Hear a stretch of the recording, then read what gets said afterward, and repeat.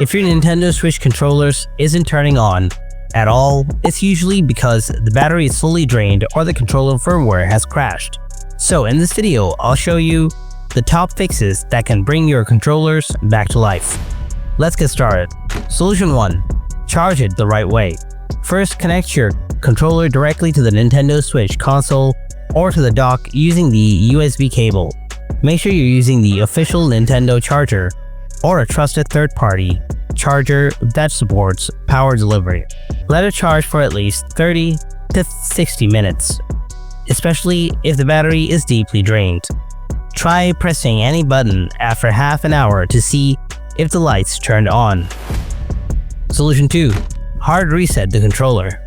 For Joy-Cons, press the small sync button on the side once. You'll need to detach your Joy-Cons to find them. They're the small black buttons. Now press and hold it for 15 seconds. For Pro controllers, press and hold the sync button on top for 15 seconds. This forces a soft reboot in case the controller is stuck in a crashed state. Now press any button again to check for lights or responses. Solution 3. Restart or power cycle the console. Attach the controller to the console if it's a Joy-Con. Press and hold the power button on the Switch for about 5 seconds. Select power options and then choose restart. If that doesn't work, detach the controller and try restarting again, this time without the controller connected.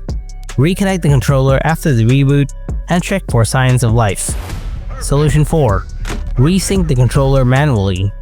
Keep your Joy-Cons detached and then on your Switch, go to the home menu, find and select the controller's option.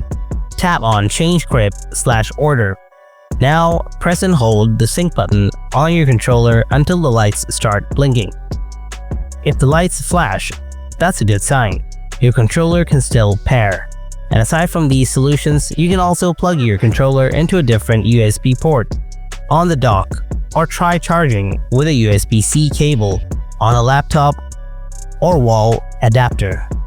Some users on Reddit have said that they've actually fixed their issue just by switching charging sources.